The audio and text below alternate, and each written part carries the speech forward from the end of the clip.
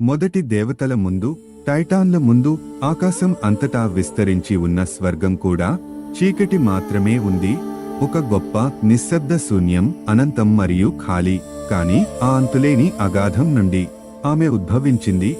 గయా ప్రపంచానికి పునాది, మొదటి దేవత, గొప్ప తల్లి. ఆమె కేవలం జీవితం కాదు, ఆమె ఉనికి. కానీ భూమి కూడా ఇంకేదో కోరుకుంది. ఆమె విశాలమైన శాశ్వతమైన రూపం నుండి ఆమె ఆకాశాన్ని సృష్టించింది. యురేనస్ పైన ఉన్న అనంతమైన స్వర్గం కలిసి వారు రాబోయే ప్రతిదాన్ని రూపొందిస్తారు. కాని ప్రేమ ఎల్లప్పుడూ సామరస్యానికి దారితీయదు. వారి కలయిక నుండి శక్తివంతమైన టైటాన్లు, కనికరంలేని సముద్రాలు, ఎత్తైన పర్వతాలు వచ్చాయి.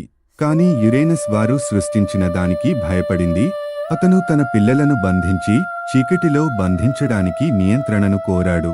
మరియు గయా, అందరికీ తల్లి, దానికోసం అతన్ని క్షమించలేకపోయింది. ద్రోహం జరుగుతోంది. మునుపటిలా కాకుండా తుఫాను మరియు తల్లి కోపం, ఆకాశం కూడా తప్పించుకోలేని శక్తి.